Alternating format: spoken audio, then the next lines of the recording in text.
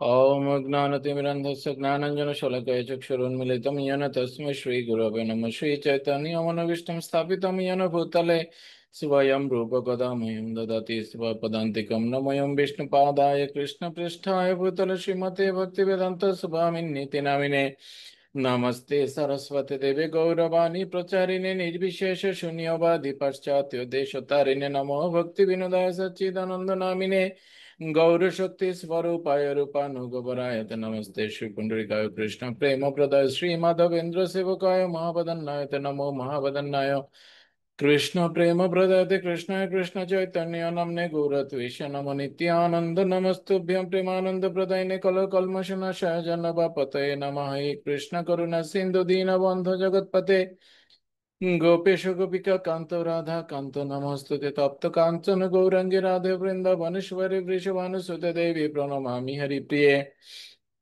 वंदे वृंदावन गुरु कृष्ण कमललोचनं बलविबलभं देवं राधालिंगित विग्रहं जयो श्री कृष्ण चैतन्य प्रभु नित्यानंद श्री अद्वैत गदाधर श्रीवासादि गौर भक्त वृंद हरे कृष्ण कृष्ण कृष्ण हरे हरे हरे राम राम राम हरे हरे। ओम नमो भगवते वासुदेवाय।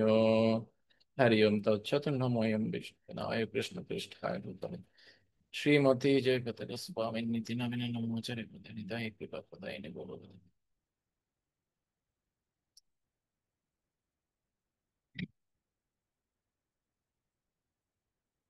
শ্রীমদ্ ভগবত গীতার দ্বাদশ অধ্যায়ের দ্বিতীয় ভাগে তথা আমাদের শ্রীমদ্ ভগবত গীতার দ্বিতীয় ইউনিটের শেষ ক্লাসে সকলকে স্বাগত জানাচ্ছি।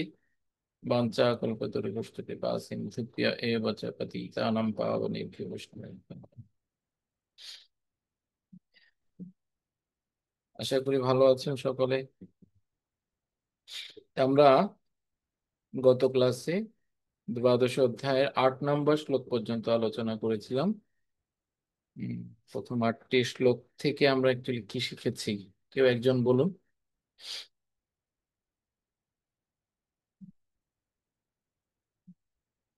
হরি বল, বলুন।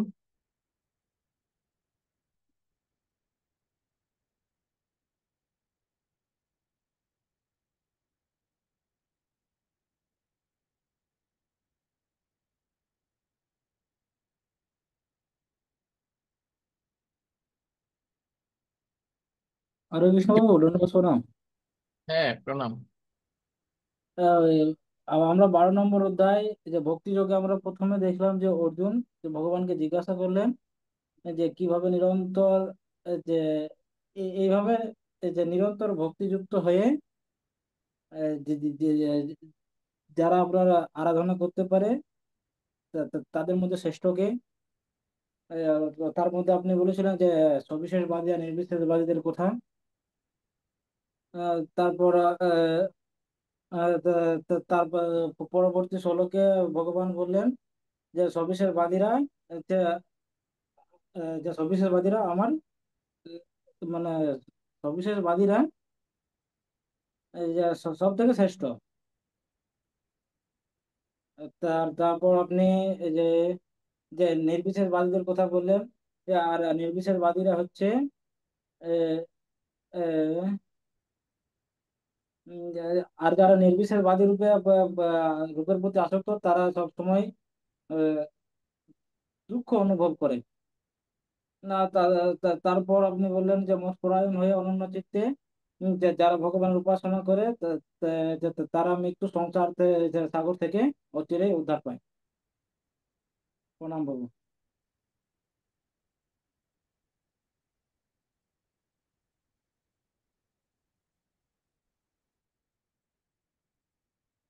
হরে কৃষ্ণ। প্রণাম প্রভু। হরে কৃষ্ণ। হ্যাঁ, প্রণাম। হ্যাঁ। একটা বিশেষ আপনি আলোচনা করেছিলেন যে আমরা যদি নির্বিশেষ ব্রহ্মের সেবা করি, তাহলে কেন আমাদের কষ্ট হয়, তার কারণটা। তো আমাদের সহজাত প্রবৃত্তি হলো যে সবিশেষ রূপের সেবা করা, কারণ ভগবান দিব্য শ্যামসুন্দর মুরলীধর ওনার মতোই আমাদের আকৃতি দিয়েছেন, অর্থাৎ সবিশেষ রূপের। আমরা যদি, আমাদের সহজাত প্রবৃত্তি হলো সেই সবিশেষ রূপের সেবা করা, কিন্তু সেটা যদি আমরা না করি, তাহলে সেটা আমাদের স্বাভাবিক প্রবৃত্তির বাইরে গিয়ে সেবা করা। তো সেই কারণেই আমাদের অধিক কষ্ট হয় যদি আমরা সবিশেষ রূপের সেবা না করি, নির্বিশেষ রূপের প্রতি যদি আমরা সেবা করি। এটা সেই কারণেই ক্লেশ সাপেক্ষ, এটা বলেছিলাম। হুম। আর আর এখানে কিছু উদাহরণ দেওয়া ছিল, যেমন আহ যেহেতু একটা, যেটা আমাদের ওই ডাক বাক্স, সেটা যদি আমাদের উম আহ, যে কোনো ডাক বাক্সে চিঠি ফেলি, সেটা কিন্তু যাবে না। কিন্তু যে ডাক বাক্সটা হচ্ছে যে অনুমোদিত, সেখানে যদি চিঠি ফেলা হয় তবেই সেটা সঠিক জায়গায় পৌঁছবে। অর্থাৎ যে কোনো আহ, যে কোনো আহ, ভগবানের মূর্তিতে যদি সেবা করা হয় বা বিগ্রহ, সেটা কিন্তু হবে না। যে যেই ভগবানের যে বিগ্রহ, অর্চা বিগ্রহ, সেটা যদি অনুমোদিত হয়, অর্থাৎ যে অর্চা বিগ্রহ অনুমোদিত পাথর, কাঠ বা তৈলচিত্র ইত্যাদি দ্বারা, উম, সেটা তখন আমাদের সেই সেবাটা সঠিক জায়গায় পৌঁছাবে। ভগবান তখন স্বয়ং সেই অর্চা বিগ্রহের মধ্যে প্রকটিত হন। হরে কৃষ্ণ প্রভু, প্রণাম। হরে কৃষ্ণ, প্রণাম। তো আমরা 8 নম্বর শ্লোকে দেখেছি যে ভগবানের প্রতি আমাদের মন এবং বুদ্ধি, এই দুটি অর্পণ করা হচ্ছে আমাদের আমাদের জন্য সর্বোচ্চ বা সর্বোত্তম স্তর। ময়্যার্পিত মনঃ বুদ্ধি। ভগবানে আমাদের মন এবং বুদ্ধি সমর্পণ করে। কিভাবে আমরা ভগবানের প্রতি মন এবং বুদ্ধি সমর্পণ করতে পারি? কিন্তু মন তো অত্যন্ত চঞ্চল না? ষষ্ঠ অধ্যায়ে আমরা দেখেছি অর্জুন বলেছেন, ভগবানও সেটা স্বীকার করেছেন। উম, তো সেই চঞ্চল মনকে কিভাবে ভগবানের অর্পণ করা যায় এবং সাথে সাথে বুদ্ধি কিভাবে অর্পণ করা যায়, কি করলে আমরা মন এবং বুদ্ধিকে ভগবানে অর্পণ করতে পারি? বলুন, বলুন মাতা, বলুন। হ্যাঁ কৃষ্ণ, যদি আমরা ভগবানের যে দিব্য নাম, যা ভগবান থেকে অভিন্ন, সেই হরে কৃষ্ণ মহামন্ত্র যদি আমরা জপ ও কীর্তন করি, আহ, যদি আমরা ভগবানের কে নিবেদিত প্রসাদ গ্রহণ করি, যদি আমরা ভগবানের কথা শ্রবণ কীর্তন করি, তাহলে আমরা ভগবানের সেই নিকটে বাস করতে পারবো। যদি এগুলো করতে না পারি?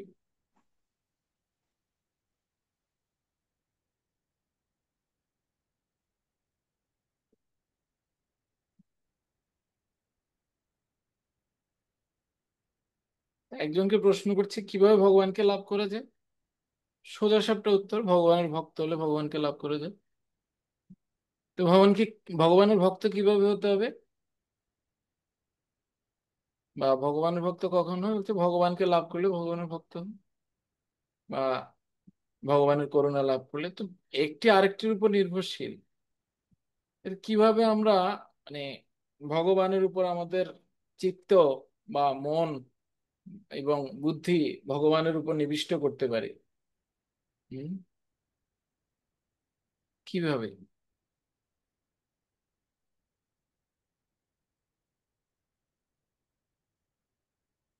আমরা পড়েছি কিন্তু। প্রভু বলছে এইটা হবে যে সব সময় যে নিরন্তর ভগবানের যে সেবায় থাকা। কিভাবে যে নিরন্তর ডুবে থাকবো ভগবান? হুম। সবই হবে, কিন্তু করব কিভাবে? প্রভু প্রভু মুখে নাম আর হাতে কাজ করব, সেবা করব। সরি। মুখে নাম মানে সারাদিন কৃষ্ণ চেতনা থাকবে, আর যে সেবাটা, আর হাত সেবাটাও চালিয়ে যাবে, দুটোই একসাথে, তবে টার্গেটটা মানে কৃষ্ণ। মুখে নাম হাতে কাম। ঘুমাবো না আমরা? সারাদিন কাজ করবো আর কৃষ্ণকে ডাকবো, তাহলে ঘুম খাওয়া দাওয়া সব বন্ধ? না, যখন ঘুমাবো তখন তো অযাচিত ভাবে অনেক সময় কৃষ্ণ নামটা মুখে চলে আসে। তো আপনার একটু আসে? ঘুমাইতেছি। আপনার আসে? বলুন। আমি তো এখন বক্তাই হতে পারিনি। আরে,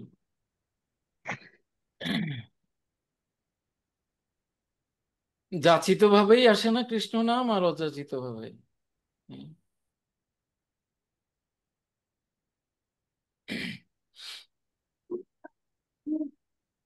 যে জন কৃষ্ণ ভজে সে বড় চতুর, তাই না?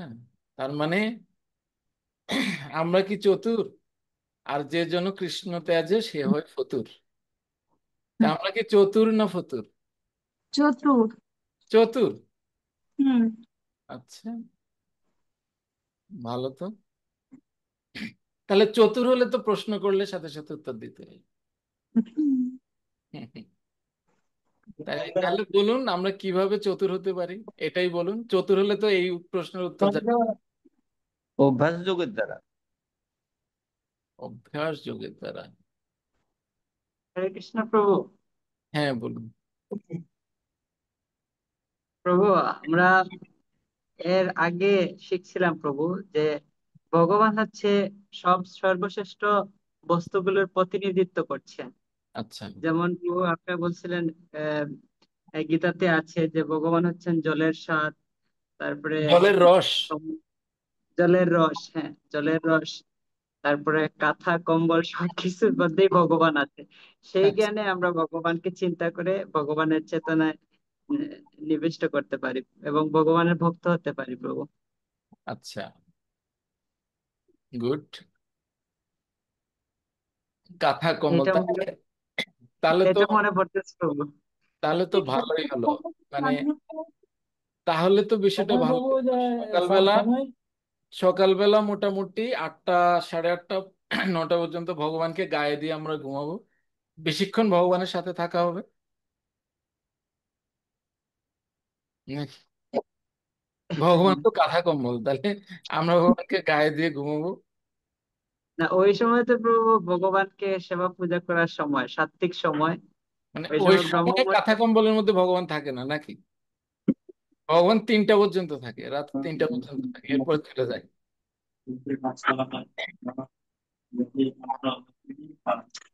অভ্যাসেন তো কন্তেয় বৈরাগ্যেন চ উচ্যতে। অভ্যাস এবং বৈরাগ্যের দ্বারা। আমরা ষষ্ঠ অধ্যায়ে পড়েছিলাম অভ্যাস এবং বৈরাগ্যের দ্বারা। হ্যাঁ, আমাদের স্বাভাবিকভাবেই আমাদের মন অত্যন্ত চঞ্চল।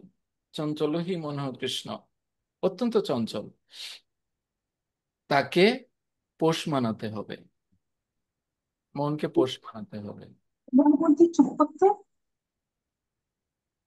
येन तेन प्रकारेण মনঃ কৃষ্ণ নিবেশয়। যেন তেন প্রকারে, যেটাই হোক, যেভাবেই হোক। এখন এই যেভাবে মানে আমাদের বৈরাগ্য মানে কি? হ্যাঁ, অভ্যাস বুঝলাম, ক্রমাগত একটা জিনিস চালিয়ে যাওয়া। বৈরাগ্য মানে কি? বৈরাগ্য মানে হচ্ছে স্বেচ্ছায় ত্যাগ স্বীকার করা। স্বেচ্ছায় ত্যাগ স্বীকার করাটাই হচ্ছে বৈরাগ্য।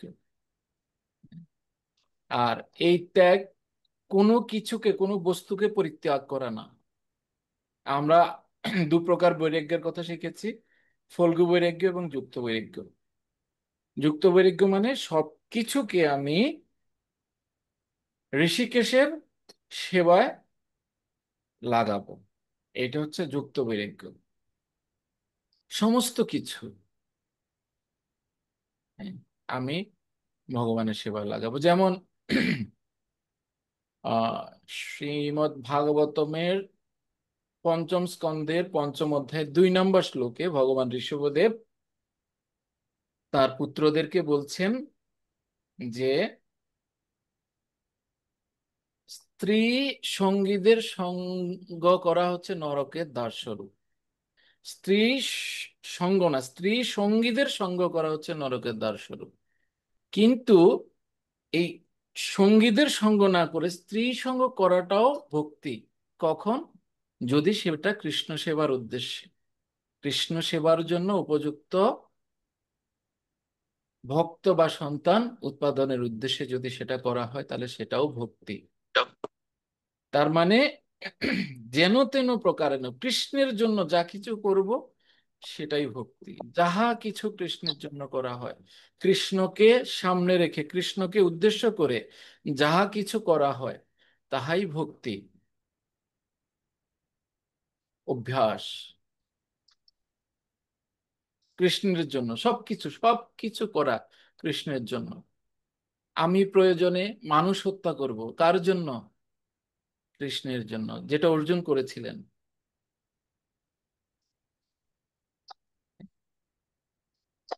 প্রয়োজনে আমি নিজে মরে যাব, কার জন্য? কৃষ্ণের জন্য।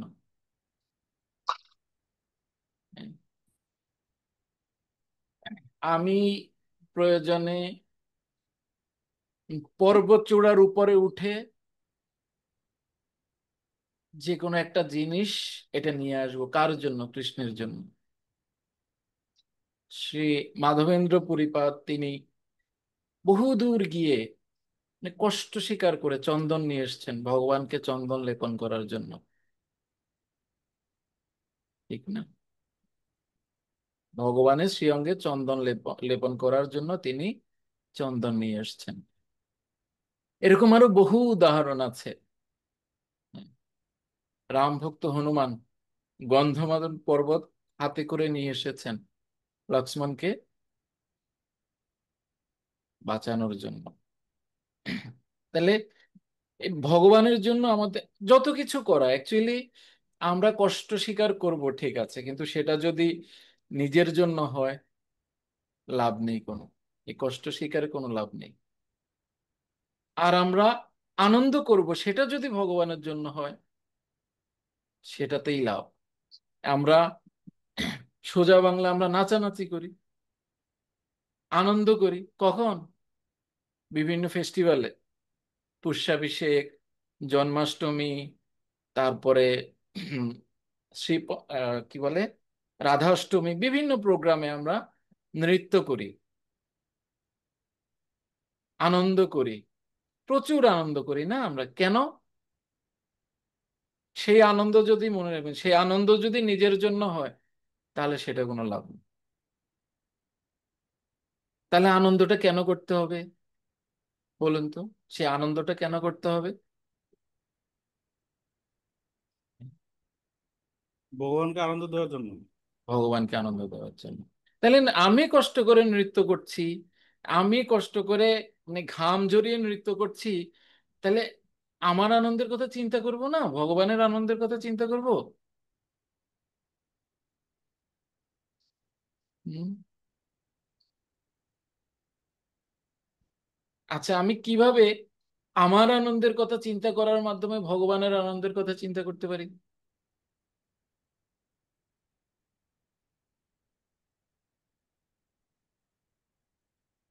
বলুন?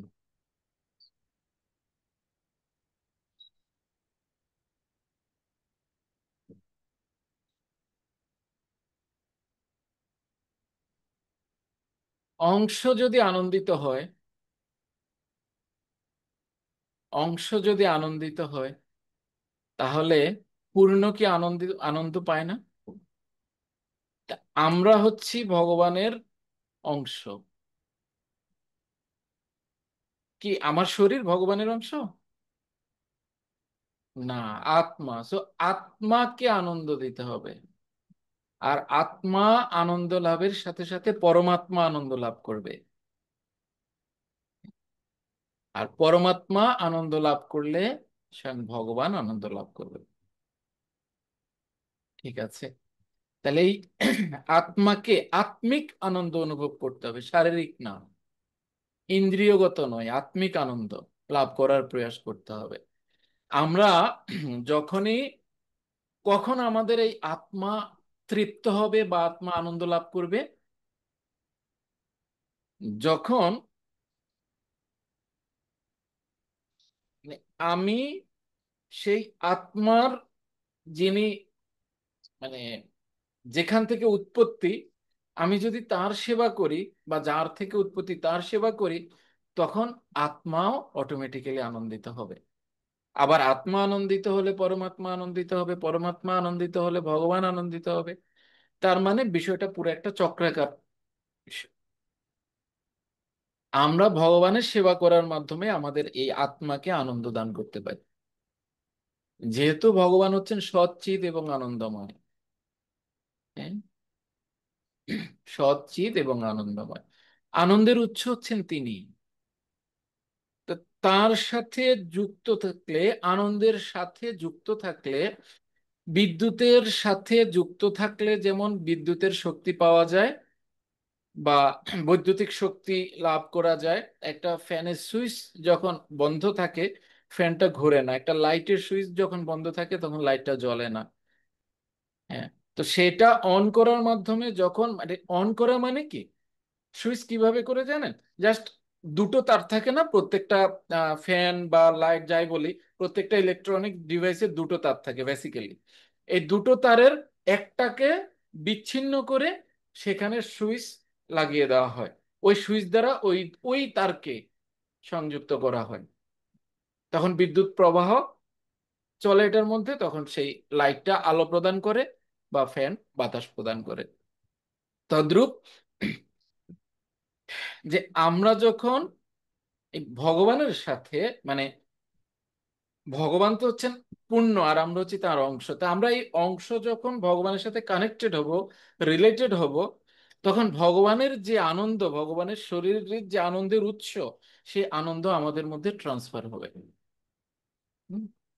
আর এই আনন্দ যখন আমাদের মধ্যে ট্রান্সফার হবে তখন আমরা ভেতর থেকে আনন্দিত হব। এটাই হচ্ছে প্রসেস। ঠিক আছে, সুতরাং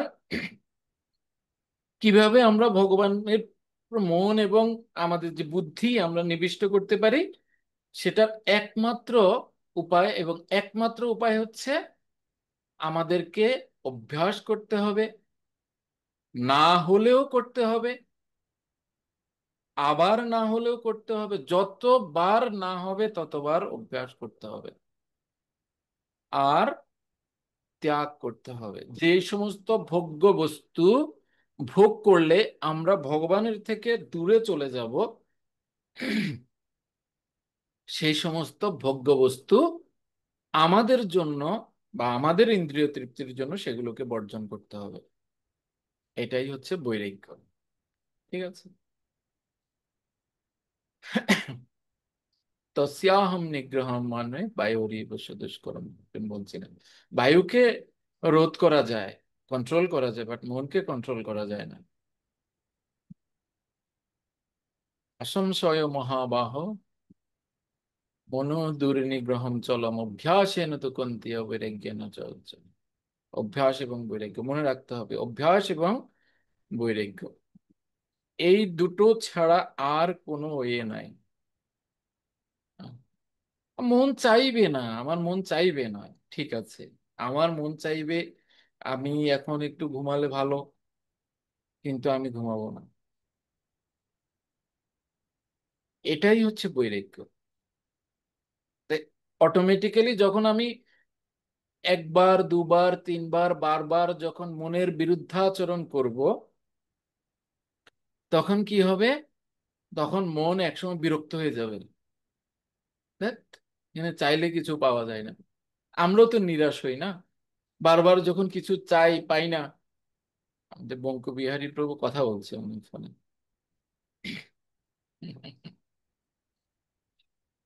আমরা যখন বারবার কোনো কিছু চেয়ে পাই না, তখন আমরাও বিমর্ষ হই, আমরাও বিরক্ত হই না, দেখ আর চাইব না।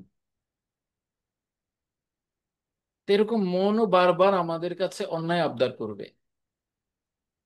তা আমরা যদি বারবার মনকে নিগ্রহ করি, মনকে পাত্তা না দেই বা মনের সেই চাহিদাগুলো পূরণ না করি, সে অটোমেটিক্যালি বিরক্ত হয়ে বলবে দেখ আর কিছু চাইবই না।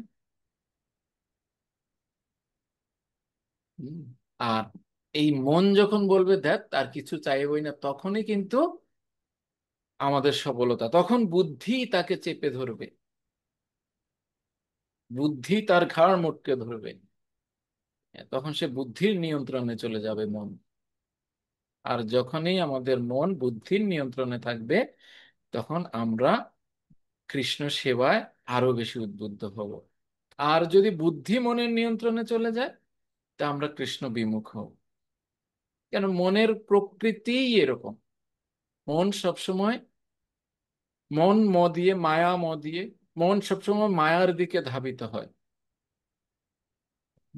আকর্ষণ, মনের কার্য হচ্ছে মায়ার প্রতি আকর্ষণ, আর বুদ্ধির কার্য হচ্ছে মায়ার সাথে বিকর্ষণ। স্বাভাবিকভাবে যার শক্তি বেশি থাকবে সেই জয়ী হবে। মায়ার সাথে আকর্ষণ হবে না মায়ার সাথে বিকর্ষণ হবে। যদি মন জয়ী হয় আকর্ষণ হবে, বুদ্ধি জয়ী হলে বিকর্ষণ হবে। এভাবে আমাদের বুদ্ধি দ্বারা মনকে নিয়ন্ত্রণ করতে হবে। বুদ্ধি দ্বারা যখন আমরা মনকে নিয়ন্ত্রণ করব তখন মন এবং বুদ্ধি দুটোই ভগবানে নিবিষ্ট হবে। এটাই হচ্ছে প্রসেস।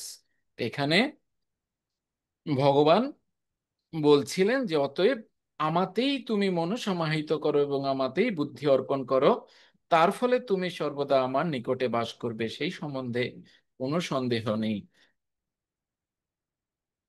ওকে, 9 নম্বর শ্লোক থেকে আমরা শুরু করছি। অথ চিত্তম সমাধাতুম ন শক্নোষি ময়ি স্থিরম অভ্যাস যোগেন তত মামিচ্ছাপ্তুম ধনঞ্জয়। প্রচুর না প্রচুর ভালো হয়েছে। What is this?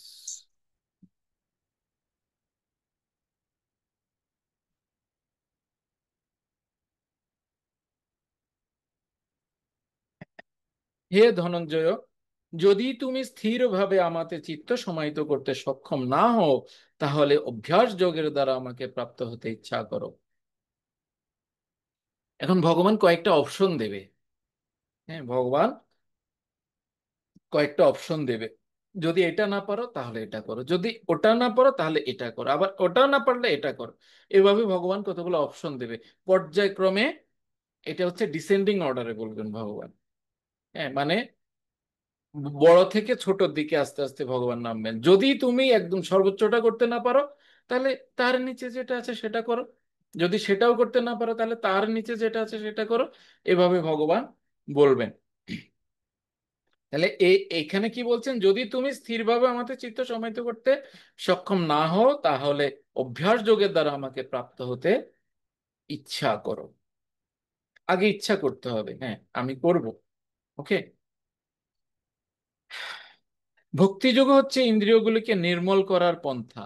ভবসংসারে বর্তমান সময়ে ইন্দ্রিয় তর্পণে নিরত থাকার ফলে মায়াবদ্ধ জীবের ইন্দ্রিয়গুলি সর্বদা কলুষিত হয়ে থাকে, কিন্তু ভক্তিযোগ অনুশীলন করার ফলে এই সমস্ত ইন্দ্রিয়গুলি নির্মল হতে থাকে এবং অবশেষে তা যখন পূর্ণরূপে নির্মল হয় তখন তারা সরাসরিভাবে পরমেশ্বর ভগবানের সংস্পর্শে আসে।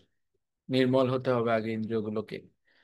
সকলের হৃদয়ে এই ভগবত প্রেম সুপ্ত অবস্থায় রয়েছে এবং সেখানে ভগবত প্রেম বিভিন্ন রূপে প্রকাশিত হয়, কিন্তু জড়জাগতিক সঙ্গের প্রভাবে তা কলুষিত। এখন জড় বিষয়ের প্রভাব থেকে আমাদের হৃদয়কে নির্মূল করতে হবে এবং তা হলে যে কৃষ্ণ প্রেম আমাদের হৃদয়ে সুপ্ত অবস্থায় রয়েছে তা পুনরুজ্জীবিত হবে। সেটাই হচ্ছে ভক্তিযোগের পূর্ণপন্থা। তাইলে এই যে ভগবত প্রেম আমাদের মধ্যে সুপ্ত অবস্থায় রয়েছে, এটাকে কিভাবে আমরা জাগরিত করতে পারি? হুম, কিভাবে আমরা জাগরিত করতে পারি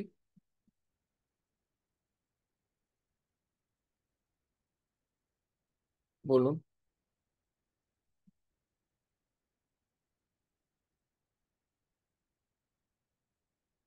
সবাই কি কোনো গানে কষ্ট পেয়েছেন? সবাই চুপ করে আছেন যে?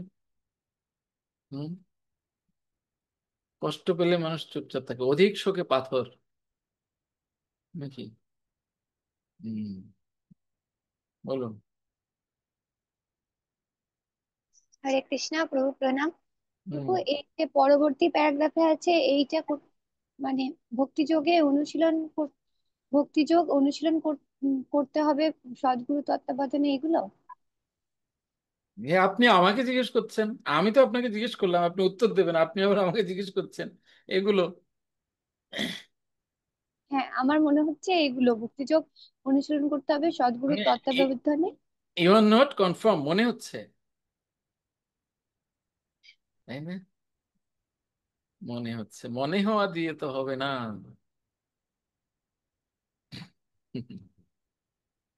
আমাদের ভেতরে যে কৃষ্ণ ভক্তি বা কৃষ্ণ প্রেম সুপ্ত অবস্থায় আছে, সেটাকে জাগাতে হবে। কিভাবে জাগাবো? সেটা জাগানোর 9টা পদ্ধতি আছে বা 9টা স্টেপ আছে। হুম। কি কি সেই 9টা স্তর বা 9টা সিঁড়ি? আদৌ শ্রদ্ধা, সাধু সঙ্গ, তারপর বলুন। আদৌ শ্রদ্ধা, সাধু সঙ্গ, তারপর কি? ভজন ক্রিয়া, অনর্থ নিবৃত্তি, নিষ্ঠা, তারপর রুচি, আসক্তি ভাব, তারপর প্রেম।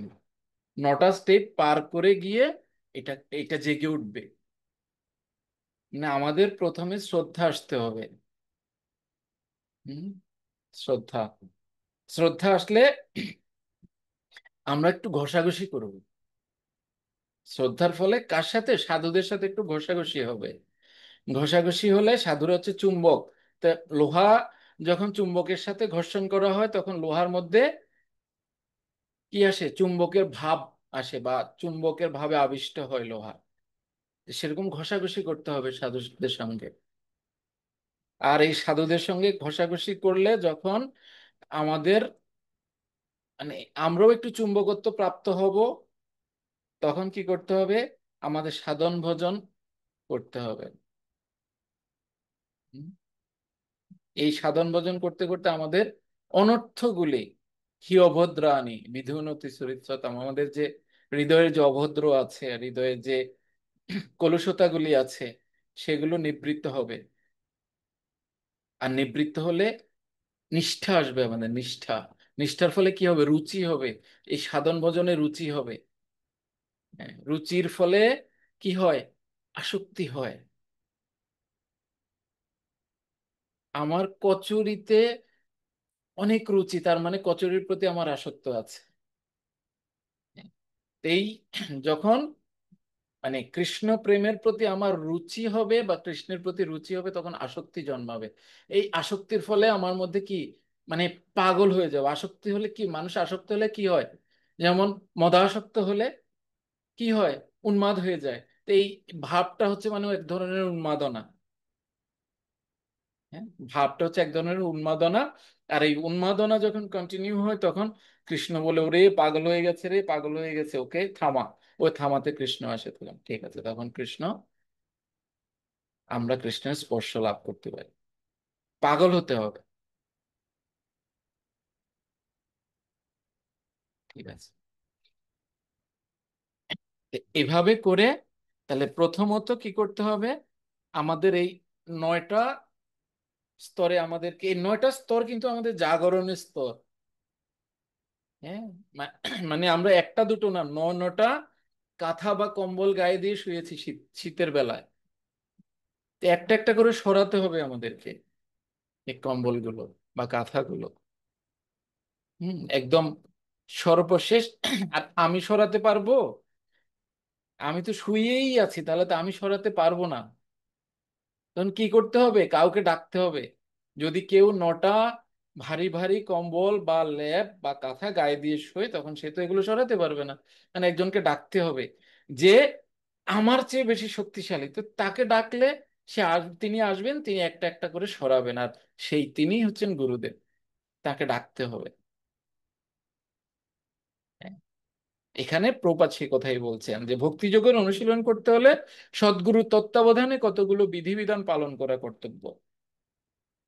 হুম। সে সদ্গুরু বা কোন শুদ্ধ ভক্তকে আহ্বান করতে হবে যে আমাকে মায়া মুক্ত করুন, আমাকে কলুষ মুক্ত করুন, আমার হৃদয়ে যে প্রলেপ রয়েছে সেটা আমি মার্জন করতে চাই, আমাকে সহযোগিতা করো। সোজা কথা এটা। তখন গুরুদেব বা সেই শুদ্ধ ভক্ত আমাদেরকে যখন এই চেত দর্পণ মার্জনে আমাদেরকে শক্তি প্রদান করবেন, আমাদেরকে সামর্থ্য প্রদান করবেন এবং আমাদেরকে ইচ্ছা প্রদান করবেন, তখন আমরা এই চিত্তরূপ দর্পণ আমরা মার্জন করে কৃষ্ণ ভক্তিকে পুনর্জাগরিত করতে পারি। ওকে।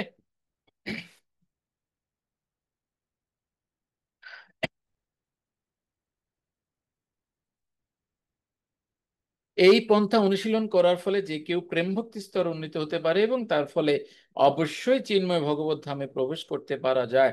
সদ্গুরুর তত্ত্বাবধানে বিধিবদ্ধভাবে ভক্তিযোগ অনুশীলন করলে অবশ্যই ভগবত প্রেম লাভ করা যায়। ওকে।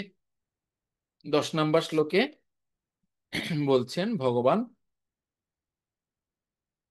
অভ্যাসেপ্য সমর্থসি মৎকর্ম পরমো ভব মদর্থমপি কর্মাণি কুর্বন সিদ্ধিমবাপ্স্যসি। যদি তুমি এমন কি অভ্যাস করতেও অসমর্থ হও, তাহলে আমার প্রতি কর্মপরায়ণ হও, আমার জন্য কর্ম করেও তুমি সিদ্ধি লাভ করবে। ভগবানের জন্য কর্ম, যদি তুমি ভগবানে পূর্ণ মন এবং বুদ্ধি অর্পণ করা ভালো, অতি উত্তম। যদি করতে না পারো তাহলে অভ্যাস করো। যদি অভ্যাসও করতে না পারো তাহলে ভগবানের জন্য কর্ম করো, ভগবানের প্রতি কর্মপরায়ণ হও, ভগবানের জন্য কর্ম করো।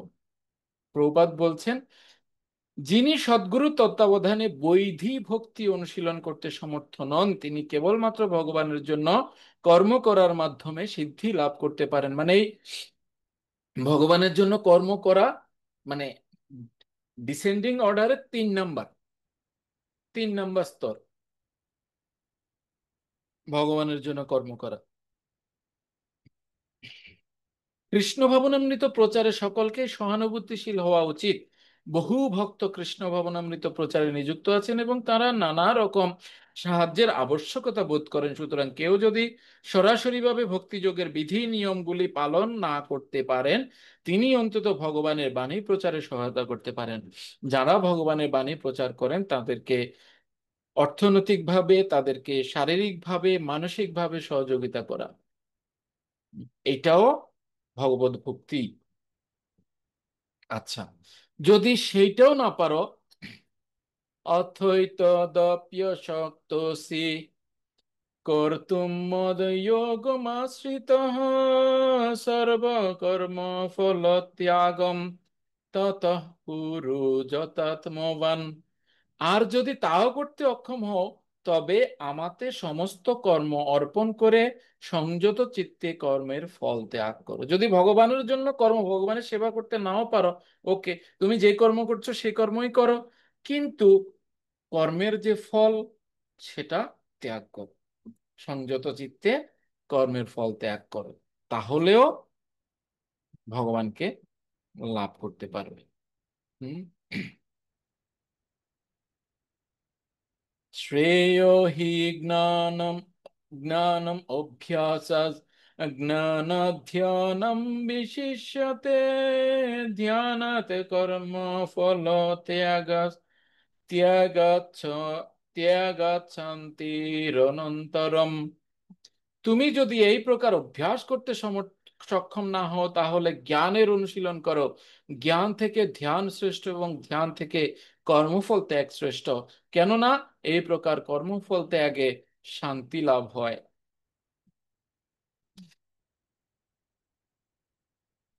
তাহলে বলুন তো, ভগবান এই যে ধারাবাহিকভাবে উপর থেকে নিচের ক্রমে যে বলেছেন, কি বলেছেন প্রথমে? চোখ বন্ধ করে বলুন, মনে আছে কিনা, কে বলবেন?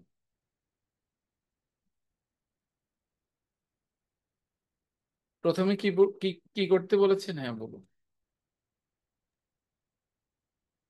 হ্যাঁ, প্রভু শুধু এই এই শ্লোকটাতে বলবো যে জ্ঞান থেকে ধ্যান শ্রেষ্ঠ, ধ্যান থেকে কর্মফল ত্যাগ শ্রেষ্ঠ।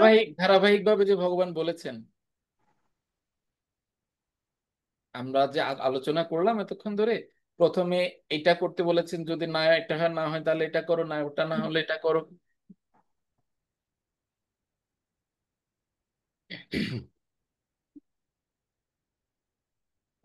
প্রথমে ভগবান অভ্যাস যোগের কথা বলেছেন। না না,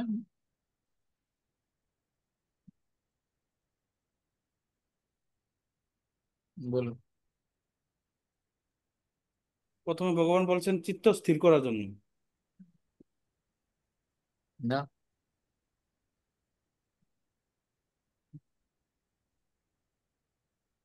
মন সমাহিত করার জন্য বলেছে প্রথম।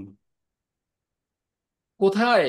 ভগবানের মন এবং বুদ্ধি ভগবান বলুন, অর্পণ করতে বলেছেন। তারপর অভ্যাস হ্যাঁ। যোগের কথা বলেছেন। যদি সেটা করতে না পারো, তারপরে তারপর করতে বলেন এটাও করো, ওটাও করো, ওটাও করো, ওটাও করো, সব করো। না, যদি মন এবং বুদ্ধি ভগবানে অর্পণ করতে না পারো, তখন কি করতে হবে? অভ্যাস করতে হবে ভক্তি কিসের যোগ। অভ্যাস করতে হবে? চিত্ত স্থির করে অভ্যাস মানে ভক্তি যোগের অভ্যাস করতে হবে। অভ্যাসের দ্বারা আমাকে প্রাপ্ত হওয়ার ইচ্ছা করো। হুম। তারপর কর্ম, ভগবানের জন্য কর্ম করতে বলা হয়েছে। হ্যাঁ, যদি সেটা করতে না পারো, তাহলে আমার ভগবানের জন্য কর্ম করার কথা বলেছেন। কর্ম করতে না পারলে তার কর্মফল ত্যাগ ভগবান করতে হবে। করার কথা বলা হয়েছে। হ্যাঁ, তাও না পারে যদি তাহলে যদি কর্ম করতে না পারো, তাহলে তুমি কি করো? আমার জন্য যদি কর্ম করতে না পারো বা আমাকে কর্মপরায়ণ না হলে, ঠিক আছে বাবা, তুমি কর্ম করো। হ্যাঁ, সমস্ত কর্মের ফল আমাকে অর্পণ করে দাও। হুম। মানে আমি চাকরি করব, আমি ব্যবসা করব, আমি সব করব কার জন্য? ভগবানের জন্য। ভগবানের জন্য। অ্যাটলিস্ট এইটা মন থেকে চিন্তা করতে হবে যে না, আমি ভগবান, আমি তো এমনি পারবো না বাবু, আমি চাকরি করছি, চাকরি টাকা এনে আমি ভগবানের সেবা লাগাবো। সংযত চিত্তে কর্মের ফল ত্যাগ করতে হবে। কর্ম করে কর্মের ফলের আশা করা যাবে না। আচ্ছা, যদি সেইটাও না পারি, তাহলে কি করতে হবে? তাহলে তখন জ্ঞানের অনুশীলন। রাইট, জ্ঞানের অনুশীলন করতে হবে। হ্যাঁ, কারণ আবার এবার যদি আমরা উল্টো দিকে যাই, তাহলে জ্ঞান থেকে ধ্যান শ্রেষ্ঠ, ধ্যান থেকে হচ্ছে কর্ম ত্যাগ বা কর্ম সন্ন্যাস শ্রেষ্ঠ। হ্যাঁ, জ্ঞান এর চর্চা চেয়ে ধ্যান করা শ্রেষ্ঠ, ধ্যান করার চেয়ে কর্মফল ত্যাগ করা শ্রেষ্ঠ। কারণ কি? কারণ হচ্ছে কর্মফল ত্যাগের মাধ্যমে শান্তি লাভ করা যায়। একটা সুবিধা আছে কর্মফল ত্যাগ করার। হ্যাঁ, ওই যে কি যেন একটা কবিতা আছে না, হারি জিতি নাহিলাস, কি যেন ভুলে গেছি। হুম। হুম। হুম। মানে তখন হারি বা জিতি আমাদের কোনো অনুভূতি হবে না। মোটামুটি এটার তো ফলই আমি আশা করছি না। তাহলে হারলে হারলাম, জিতলে জিতলাম। না এমন যে আমি হারলে খুব বিষণ্ণ হয়ে যাব, আবার না এমন যে আমি জিতলে খুব প্রসন্ন হয়ে যাব। হুম। না, আমার হার বা জিত কোনো কিছুর জন্যই আমি আকাঙ্ক্ষিত নই, বা আমি কোনো কিছুর দ্বারাই বিমোহিত নই। সরি, আমি কোনো কিছুর দ্বারাই মানে কষ্ট পাবো না। হুম? সুখে দুঃখে সমস্থিত, জয়ে পরাজয়ে, এই যে কথাগুলো ভগবান বলছেন, এই কথাগুলোই ভগবান পরবর্তীতে তার যে প্রিয় ভক্ত তাদের গুণাবলীর মধ্যে ভগবান নিয়ে আসবেন। এই যে যা যা করতে বলছেন ভগবান এখানে। হুম। এখানে 12 নম্বর শ্লোকের তাৎপর্যের শেষের দিকে প্রভুপাদ বলছেন, সংক্ষেপে বলা যায় যে জীবনের পরম উদ্দেশ্য ভগবানের সমীপবর্তী হবার দুটি পন্থা আছে। তার একটি হচ্ছে ক্রমিক উন্নতি সাধন এবং অপরটি হচ্ছে সরাসরি পন্থা। কৃষ্ণ ভাবনাময় ভক্তি যোগ হচ্ছে সরাসরি পন্থা এবং অপরটি হচ্ছে কর্মফল ত্যাগের পন্থা। এভাবেই কর্মফল ত্যাগ করার ফলে জ্ঞানের স্তরে উন্নীত হওয়া যায়। মানে এবারে অ্যাসেন্ডিং অর্ডার বলছেন হুম। প্রভুপাদ। হুম। যে এভাবে কর্মফল ত্যাগ করার ফলে জ্ঞান স্তরে উন্নীত হওয়া যায়, তারপরে ধ্যান স্তরে, তারপরে পরমাত্মার উপলব্ধি স্তরে এবং সবশেষে পরম পুরুষোত্তম ভগবানকে উপলব্ধি স্তরে। এখন কেউ ধাপে ধাপে এগোতে পারেন অথবা সরাসরি পন্থা গ্রহণ করতে পারেন। সরাসরি পন্থাটি গ্রহণ করা সকলের পক্ষে সম্ভব নয়, তাই ক্রমিক উন্নতির পন্থা গ্রহণ করাই মঙ্গলজনক। ভগবান অর্জুনকে পরোক্ষ পন্থাটি গ্রহণ করার নির্দেশ দেননি, কারণ তিনি ইতিপূর্বেই পরমেশ্বর ভগবানের প্রতি প্রেম ও ভক্তি স্তরে অধিষ্ঠিত ছিলেন। কিন্তু যারা প্রেম ও ভক্তিতে যুক্ত হয়ে ভগবানের সেবায় নিযুক্ত হতে পারেনি, তাদের জন্যই কেবল এভাবে বৈরাগ্য, জ্ঞান, ধ্যান, ব্রহ্ম উপলব্ধি, পরমাত্মা উপলব্ধি আদির মাধ্যমে ক্রমিক উন্নতির নির্দেশ দেওয়া হয়েছে। তবে ভগবদ্গীতার প্রত্যক্ষ পন্থার উপরে জোর দেওয়া হয়েছে। প্রত্যেককে উপদেশ দেওয়া হয়েছে যে সকলেই যেন এই সরাসরি পন্থা অবলম্বন করে পরম পুরুষোত্তম ভগবান শ্রীকৃষ্ণের চরণে সর্বতোভাবে আত্মনিবেদন করেন। এবারে 13 থেকে সর্বশেষ 20 নম্বর শ্লোক পর্যন্ত ভগবান তার প্রিয় ভক্তদের, অ্যাকচুয়ালি 19 নম্বর শ্লোক পর্যন্ত বলবেন, পরে শেষে গিয়ে তিনি উপসংহার দেবেন এবং যে ভক্তি যোগ যে শ্রেষ্ঠ ভগবান আরেকবার প্রতিপন্ন করবেন সেটা। তাহলে ভগবানের প্রিয় ভক্তের কিছু গুণাবলী, বা কে ভগবানের এই প্রিয় ভক্ত, বা কি কি গুণ থাকলে ভগবানের প্রিয় ভক্ত হওয়া যায়, আমরা এখন সেগুলো দেখব।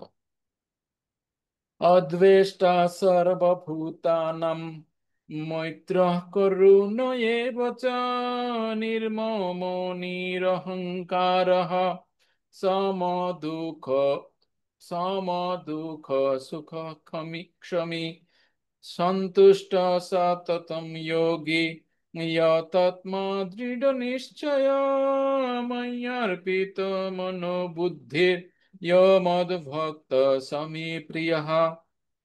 যিনি সমস্ত জীবের প্রতি দ্বেষ শূন্য, বন্ধু ভাবাপন্ন, কৃপালু, মমত্ব বুদ্ধি শূন্য, নিরহংকার, সুখে ও দুঃখে সমভাবাপন্ন, ক্ষমাশীল, সর্বদা সন্তুষ্ট, সর্বদা ভক্তি যোগে যুক্ত, সংযত স্বভাব, দৃঢ় সংকল্পযুক্ত এবং যার মন ও বুদ্ধি সর্বদা আমাতে অর্পিত, তিনিই আমার প্রিয় ভক্ত। এখানে কটা গুণাবলীর কথা বললেন? দ্বেষ শূন্য, বন্ধু ভাবাপন্ন, কৃপালু, মমত্ব বুদ্ধি শূন্য, নিরহংকার, সুখে ও দুঃখে সমভাবাপন্ন, ক্ষমাশীল, সর্বদা সন্তুষ্ট, সর্বদা ভক্তিযোগে যুক্ত, সংযত স্বভাব, দৃঢ় সংকল্পযুক্ত এবং যার মন ও বুদ্ধি সর্বদা আমাতে অর্পিত, মানে ভগবানে অর্পিত। 12টা কোয়ালিটি বা গুণের কথা এখানে বলছেন ভগবান। ঠিক আছে, 12টা গুণের কথা বলছেন এই 13 এবং 14 নম্বর শ্লোকে। 15 নম্বর শ্লোকে বলছেন यस्मान्नो द्विजते लोको लोकान्नो द्विजते च हर्षामर्ष भयोद्वेगैर् मुक्तो यस समे প্রিয়ঃ। যার থেকে কেউ উদ্বেগ প্রাপ্ত হন না, যার থেকে কেউ উদ্বেগ প্রাপ্ত হন না, যিনি কারো দ্বারা উদ্বেগ প্রাপ্ত হন না এবং যিনি হর্ষ, ক্রোধ, ভয় ও উদ্বেগ থেকে মুক্ত, তিনি আমার অত্যন্ত প্রিয়। তাহলে এখানে কটা? যার থেকে কেউ উদ্বেগ প্রাপ্ত হন না, যিনি কারো দ্বারা উদ্বেগ প্রাপ্ত হন না, যিনি হর্ষ, ক্রোধ, ভয় ও উদ্বেগ থেকে মুক্ত, তিনি আমার অত্যন্ত প্রিয়। এখানে কটা গুণের কথা বলা হয়েছে? 3টা গুণ। ওকে, এরপরে 16 নম্বর শ্লোকে বলছেন অনপেক্ষ শুচির্দক্ষ উদাসীনো গত ব্যথ সর্বারম্ভ পরিত্যাগী মদ্ভক্ত সমে প্রিয়ঃ। যিনি নিরপেক্ষ, শুচি, দক্ষ, উদাসীন, উদ্বেগ শূন্য এবং সমস্ত কর্মের ফল ত্যাগী, তিনি আমার প্রিয় ভক্ত। এখানে কটা গুণের কথা বললেন? 5টা। নিরপেক্ষ, শুচি, দক্ষ, উদাসীন, উদ্বেগ শূন্য এবং সমস্ত কর্মের ফল ত্যাগী, তিনি আমার প্রিয় ভক্ত।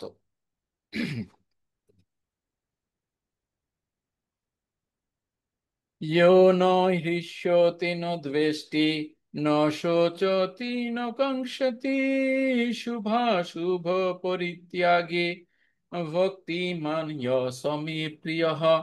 যিনি প্রিয় বস্তুর প্রাপ্তিতে হৃষ্ট হন না এবং অপ্রিয় বস্তুর প্রাপ্তিতে দ্বেষ করেন না, যিনি প্রিয় বস্তুর বিয়োগে শোক করেন না, অপ্রাপ্ত ইষ্ট বস্তু আকাঙ্ক্ষা করেন না এবং শুভ ও অশুভ কর্মের ফল পরিত্যাগ করেছেন এবং যিনি ভক্তিযুক্ত, তিনিই আমার প্রিয় ভক্ত। এখানে কটা বলা হয়েছে? যিনি প্রিয় বস্তু প্রাপ্তিতে হৃষ্ট হন না এবং অপ্রিয় বস্তু প্রাপ্তিতে দ্বেষ করেন না। এক, যিনি প্রিয় বস্তুর বিয়োগে শোক করেন না, কটা? অপ্রাপ্ত ইষ্ট বস্তুতে আকাঙ্ক্ষা করেন না, দুটি। শুভ ও অশুভ কর্ম পরিত্যাগ করেছেন, তিনটি। এবং যিনি ভক্তিযুক্ত, চারটি গুণের কথা বলা হয়েছে।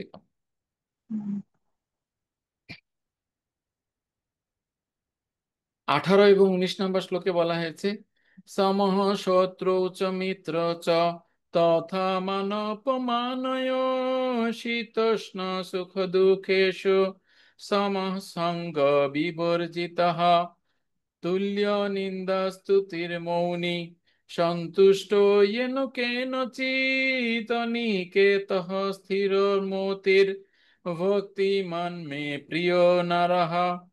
যিনি শত্রু ও মিত্রের প্রতি সমবুদ্ধি, যিনি সম্মানে ও অপমানে, শীতে ও গরমে, সুখে ও দুঃখে এবং নিন্দা ও স্তুতিতে সমভাবাপন্ন, যিনি কুসঙ্গ বর্জিত, সংযত বা যৎকিঞ্চিত লাভে সন্তুষ্ট, গৃহাসক্তি শূন্য এবং যিনি স্থির বুদ্ধি ও আমার প্রেমময়ী সেবায় যুক্ত, সেই রকম ব্যক্তি আমার অত্যন্ত প্রিয়।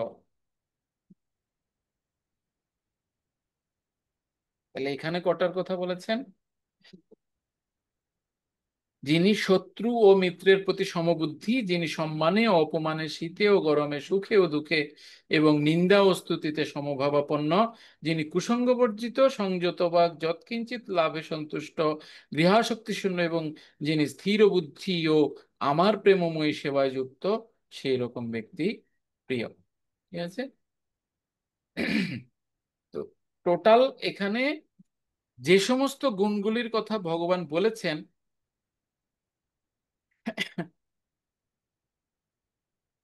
এই সমস্ত গুণাবলী অর্জন করার জন্য আমাদের কি লাগবে? এই সমস্ত গুণাবলীগুলো অর্জন করার জন্য আমাদের কি লাগবে?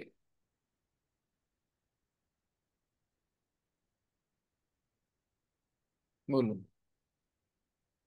কি প্রয়োজন আমাদের?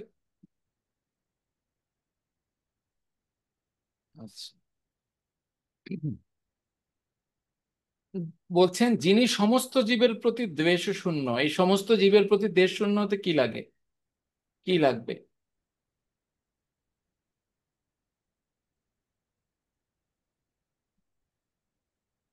কোন ব্যক্তি কারোর প্রতি হিংসা করেন না বা দ্বেষ করেন না? কোন ব্যক্তি?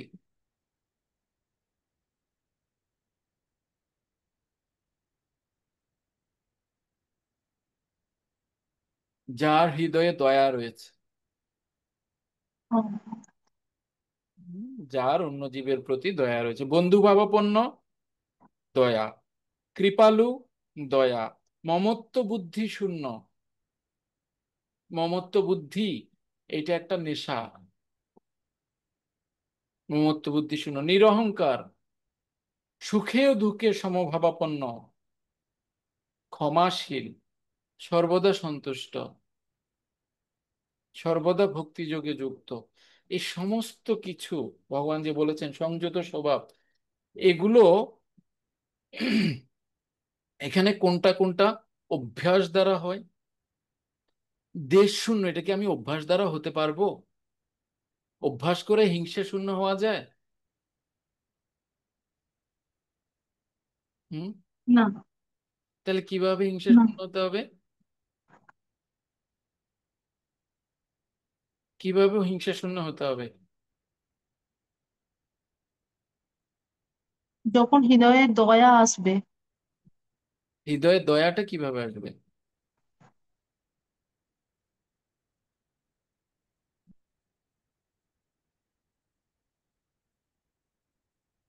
হুম। হৃদয়ে দয়াটা কিভাবে, কখন দয়া আসবে?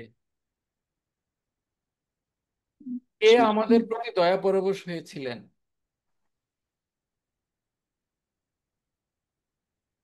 কে আমাদের প্রতি সর্বাধিক দয়া পরবশ হয়েছিলেন?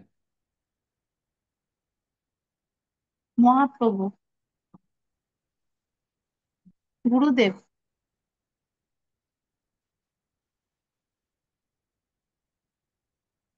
শ্রীল অভয়চরণ অরবিন্দের ভক্তি বেদান্ত বলতে পারেন। আচ্ছা। তিনি হ্যাঁ। আমাদের প্রতি সর্বাধিক দয়া পরবশ হয়েছিলেন। হুম। কেন দয়া পরবশ হয়েছিলেন? হুম, কারণ তিনি আমাদের দুঃখ দুর্দশাগুলো অনুভব করতে পেরেছিলেন। হুম। এই বদ্ধ জীবের দুঃখ দুর্দশাগুলো অনুভব করতে পেরেছিলেন, এবং তিনি এইটা অনুধাবন করতে পেরেছেন যে এই মায়াবদ্ধ জীবের কৃষ্ণ চেতনা নেই, বা তারা হুম। কৃষ্ণ চেতনা হারিয়ে ফেলেছে, শত কৃষ্ণ জ্ঞান বা কৃষ্ণ চেতনা নেই, এইটা অনুভব করতে পেরেছেন।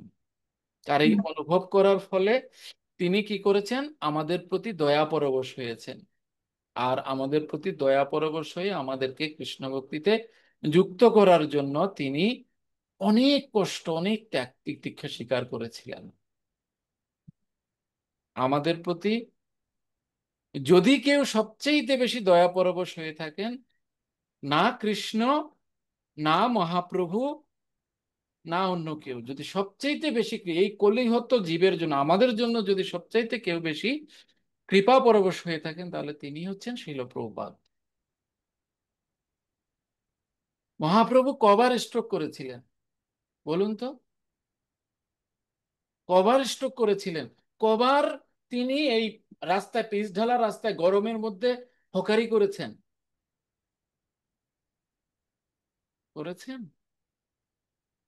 প্রভুপাদ কি টাকার জন্য হকারি করেছেন রাস্তায় রাস্তায়? কিসের জন্য? আমাদেরকে দয়া করার জন্য। আমাদেরকে দয়া করার জন্য। আচ্ছা বলুন তো, একটা রাজ্যে বা একটা দেশে কে বেশি মানে পাওয়ারফুল, আমি ক্ষমতার কথা বলছি না, ধরুন একদম যুদ্ধক্ষেত্রে কে বেশি পাওয়ারফুল, সেনাপতি নাকি রাজা? সেনাপতি। এই শিল প্রভুপাদ হচ্ছেন সেনাপতি। কে বলেছেন? মহাপ্রভু বলেছেন। হুম। পাপী যদি ধর্ম ছেড়ে দূর দেশে যায়, গুণ সেনাপতি ভক্ত পৌঁছে। চাইবে তথায়। তাহলে এই প্রভুপাদ তিনি আমাদের প্রতি দয়া পরবশ হয়েছিলেন, এবং তিনি ছিলেন দেশ শূন্য, হিংসা শূন্য। আর যখনই আমাদের হৃদয়ে দয়া আসবে কারোর প্রতি, তখন তো আমরা তাকে আর হিংসা করতে পারবো, চাইলেও হিংসা করতে পারবো না। ঠিক নয় কি? তাহলে দয়ার জন্য কি করতে হবে? দয়ার জন্য সংঘাত পরিত্যাগ করতে হবে। দয়ার প্রথম শর্ত হচ্ছে সংঘাত পরিত্যাগ করা।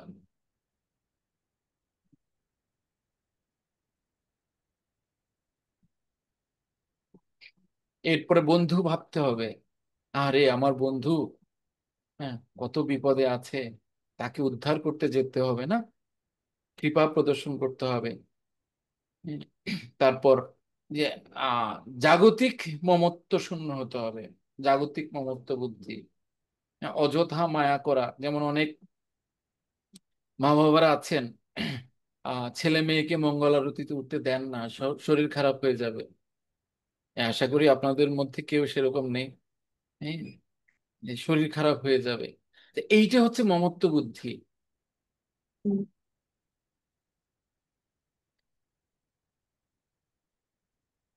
না, থাক, উঠানোর দরকার নেই, ঘুমাক, শরীর খারাপ হয়ে যাবে, স্কুলে গেলে ক্লাস কিভাবে করবে, মানে ইত্যাদি ইত্যাদি।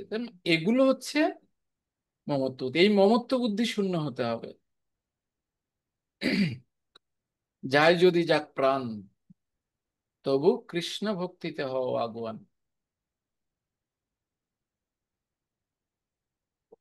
নিরহংকার, অহংকার ত্যাগ করতে হবে। সুখে এবং দুঃখে সমভাবাপন্ন, স্থির চিত্ত হতে হবে।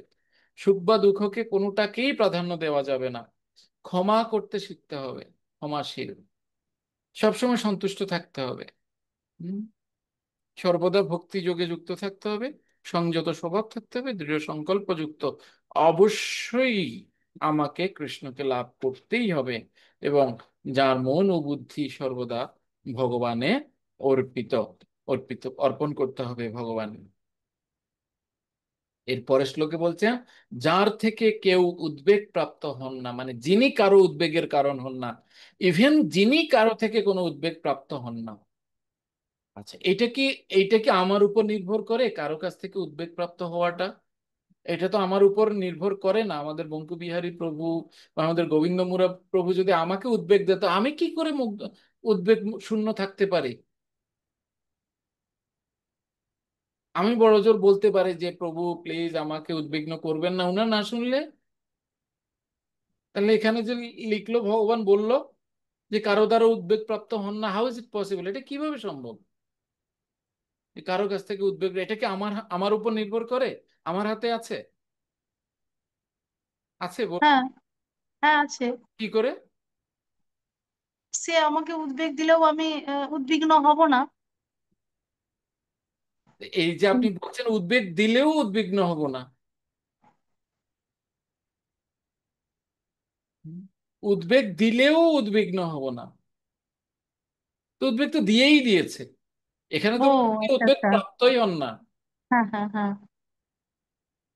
মানে তিনি যে উদ্বেগ দিচ্ছেন সেটাই আমি চিন্তা করব না, যে ওটা আমাকে কোনো উদ্বেগ দিচ্ছেন সেটাই চিন্তা করা আমার উচিত না। তাহলে কি চিন্তা করব?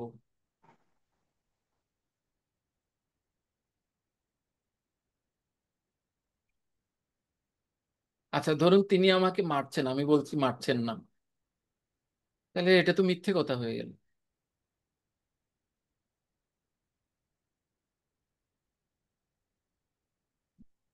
এইরূপ আমরা কিভাবে চিন্তা করতে পারি? হুম,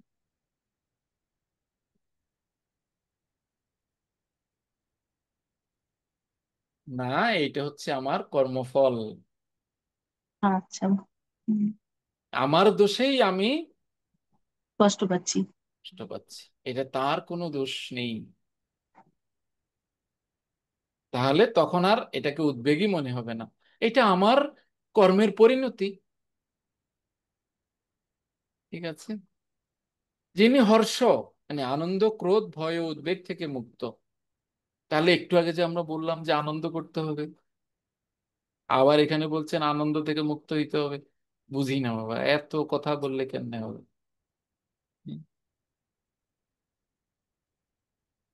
আত্মিক আনন্দ লাভ করার প্রয়াস করতে হবে, হুম, দৈহিক নয়, আত্মিক। হুম। এখানে দৈহিক হর্ষের কথা বলা হচ্ছে। ক্রোধ, ভয় ও উদ্বেগ সবকিছুই দৈহিক। তিনি আমার প্রিয়, যারা এগুলো থেকে মুক্ত তারা ভগবানের প্রিয়। পর বলছেন, যিনি নিরপেক্ষ, সকলের প্রতি সমদৃষ্টি সম্পন্ন, নিরপেক্ষ, সূচি মানে শুচিতা মেনটেন করেন, দক্ষ, হ্যাঁ, যার দক্ষতা রয়েছে, উদাসীন, উদাসীন মানে কুছ পরোয়া নেই, হ্যাঁ, সুখে দুঃখে, হ্যাঁ, আনন্দ বেদনায়, হাসি কান্নায়, কোনো কিছুই,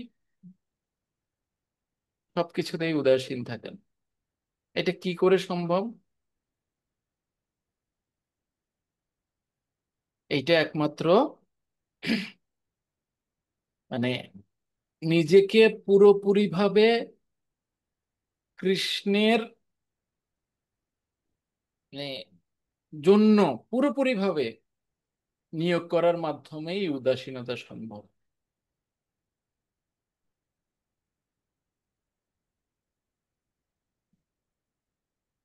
যখন হরিদাস ঠাকুরকে বাইশ বাজারে বেত্রাঘাত করছিলেন, তখন তার গায়ে একটা আঁচড় পর্যন্ত লাগেনি। কেন? মহাপ্রভু স্বয়ং সমস্ত আঘাতগুলো নিজের শরীরে নিয়েছেন। তাহলে সবাই তো বলছে, আরে হরিদাস ঠাকুরকে এত মারছে, তিনি এত উদাসীন, পর্যন্ত করছে না, কি করে সম্ভব? তার চিত্ত ভগবানের সম্পূর্ণরূপে নিবিষ্ট ছিল, তাই ভগবান তার সমস্ত ব্যথা বা দুঃখ নিজে নিয়ে নিয়েছেন। এভাবে করেই কিন্তু উদাসীন থাকা যায়। এমনি যেহেতু জড় শরীর নিয়ে রয়েছি আমরা, তো উদাসীন হওয়া কিন্তু অতটাও সহজ নয়।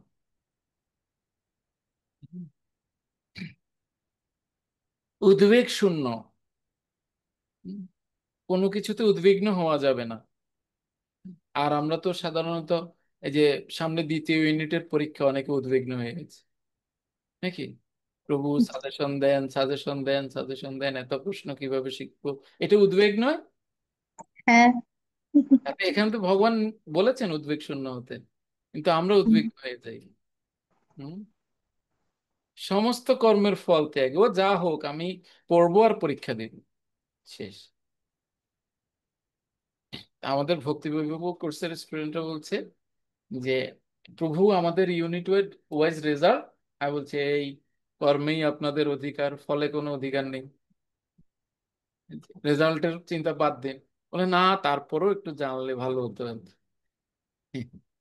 তো যতই বলি আমরা, এটা ত্যাগ করা কঠিন। মনে করছি না এটা তো পারমার্থিক বিষয়, রেজাল্টটা জানলে, আরে রেজাল্ট দিয়ে কি হবে? আমার কাজ কি? আমার কাজ হচ্ছে এই আধ্যাত্মিক অনুশীলনগুলো ভালো করে করা এবং পরীক্ষার সময় পরীক্ষা দেওয়া, ব্যাস, শেষ। রেজাল্ট যা একটা কিছু আসবে। কি ঠিক কি না বলুন, কারা কারা মনে করেন ঠিক? হুম, একদমই ঠিক। হাত তুলুন, হাত তুলুন, কারা কারা মনে করেন ঠিক? এই যে আমাদের বিদ্যা মাতা দুহাত তুলেছেন, বেশি ঠিক। ঠিক আছে, ধন্যবাদ। আমি এখনই প্রভুকে বলবো সাজেশন গুলো যেন ডিলিট করে দেয়, এই সাজেশনে পরীক্ষা হবে না। আচ্ছা। এই আপনারা বললেন কিন্তু এখনই, ঠিক আছে। সব পুরো প্রশ্নেরই পরীক্ষা হবে, যা আছে দেওয়া আছে, ঠিক আছে। হলদের প্রভু বলছে ঠিক আছে।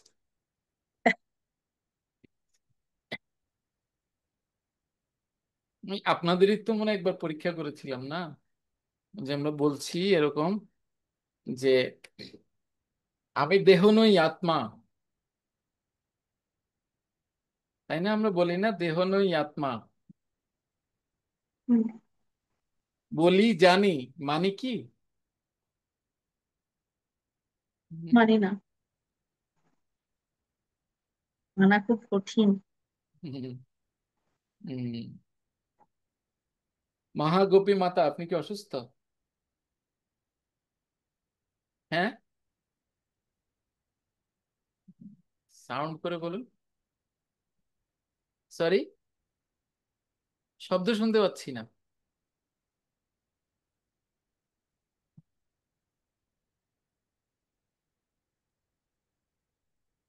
এবার শোনা যাচ্ছে? হ্যাঁ, এখন শোনা যাচ্ছে। আপনি হ্যাঁ, তো অসুস্থ। হ্যাঁ, হ্যাঁ।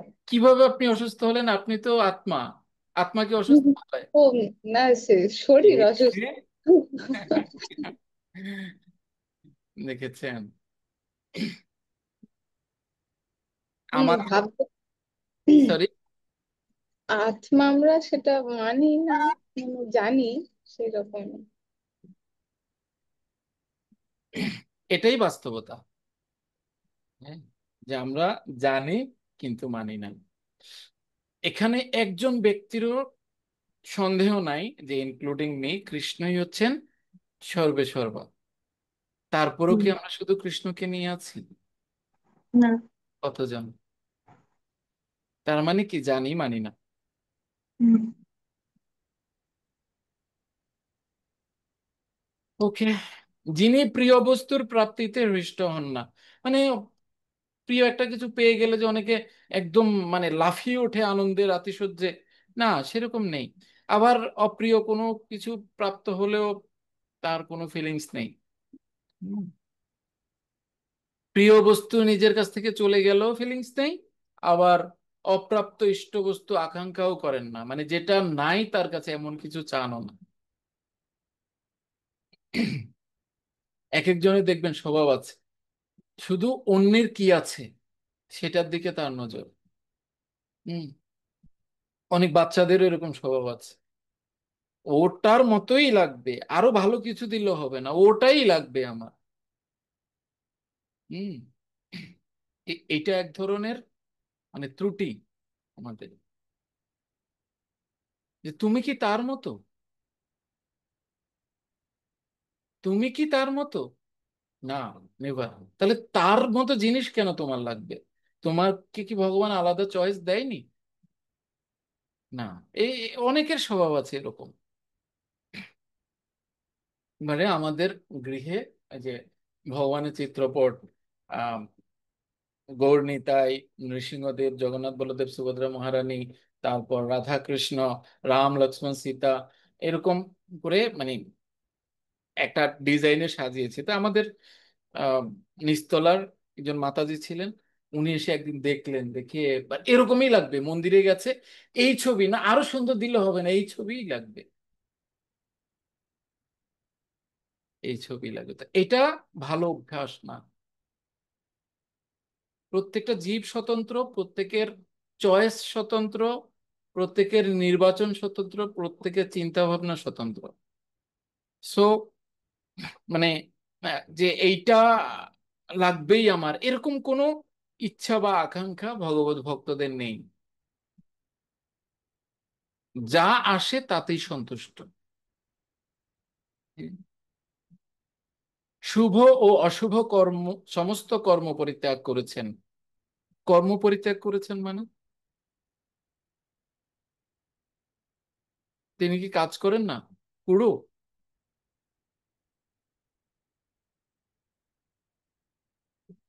হুম,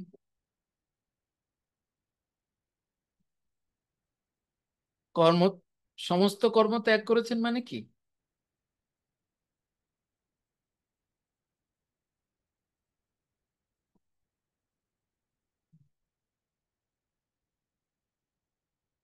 তিনি সব রকম শুভ অশুভ পাপ পুণ্য আদি জড় কর্মের ঊর্ধ্বে।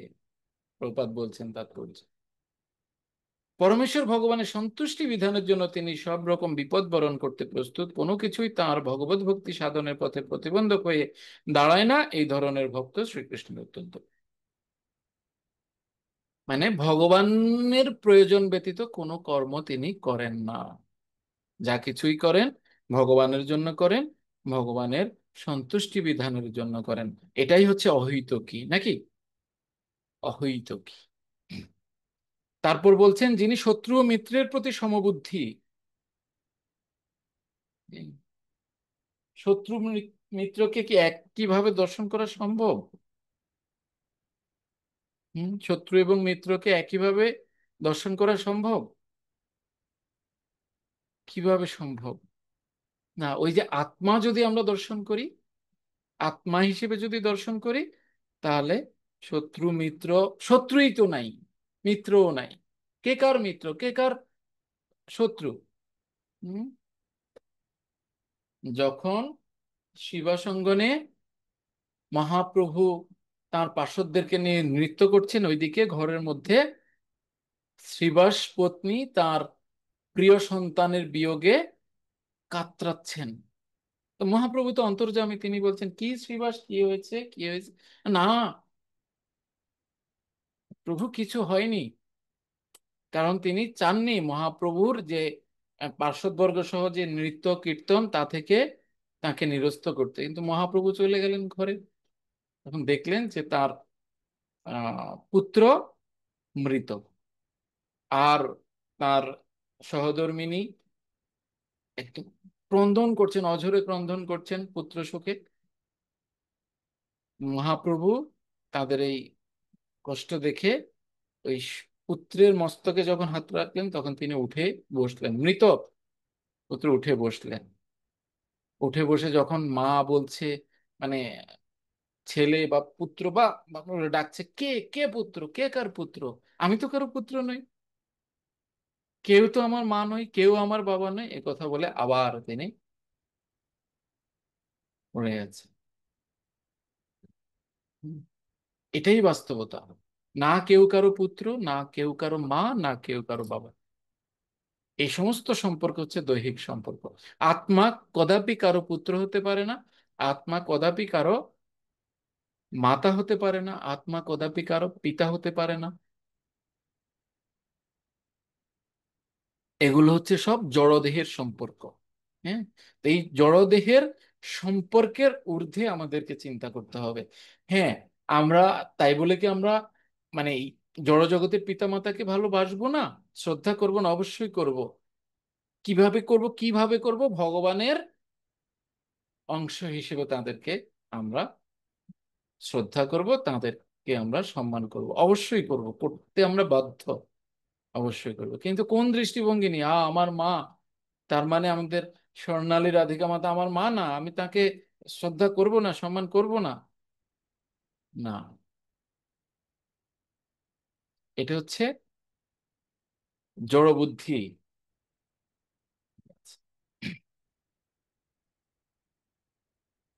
সম্মানে শীতে ও গরমে, সুখে ও দুঃখে এবং নিন্দা ও স্তুতিতে সমভাবাপন্ন।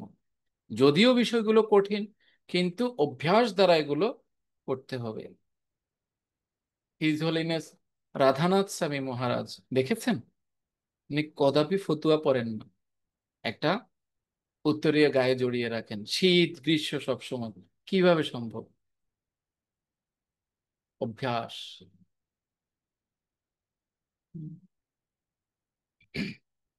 যিনি কুসঙ্গ বর্জিত, আমরা অলরেডি উপদেশামৃতে পড়েছি, সংঘ ত্যাগচ্যত বৃত্তে সর্ববিভক্তি প্রসিদ্ধতি। সংযত বাক, সংযত বাক মানে কি? সত্যম প্রিয়ম হিতম,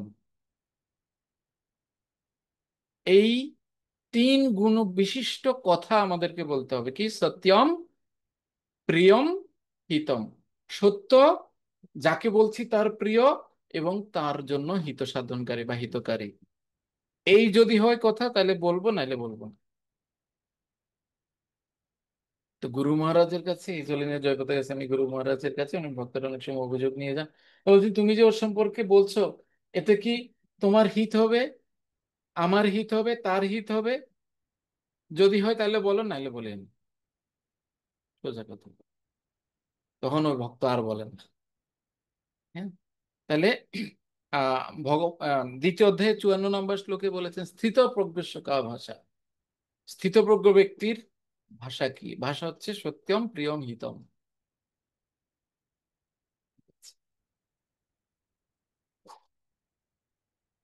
যৎকিঞ্চিত লাভে সন্তুষ্ট, অল্প কিছু পেলেই সন্তুষ্ট।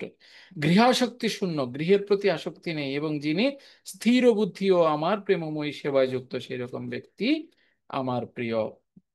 যারা আমার দ্বারা কথিত, সর্বশেষ লোকে ভগবান বলছেন, ये तु धर्मामृतमिदं यथोक्तं पर्युपासते श्रद्धोधाना मत्परमा ভক্তাস্তেতিব মে প্রিয়ঃ।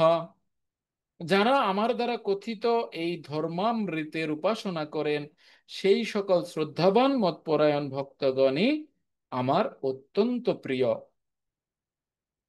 আমার দ্বারা কথিত এইগুলোকে বলা হচ্ছে ধর্মামৃত।